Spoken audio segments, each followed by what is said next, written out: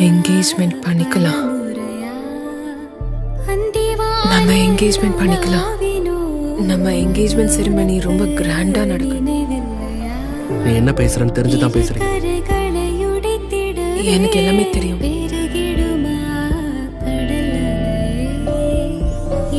Engagement ஆச்சுன்னா என்ன ஆகணும் உனக்கு தெரியுமா?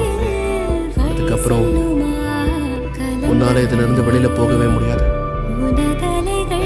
அம்மா, என்னை பத்தி உனக்கு என்ன தெரியும்? இது எதுக்குமே நீ ரெடியா இல்லைன்னா என்கேஜ்மெண்ட் நடக்கிறது சரியா இருக்காது.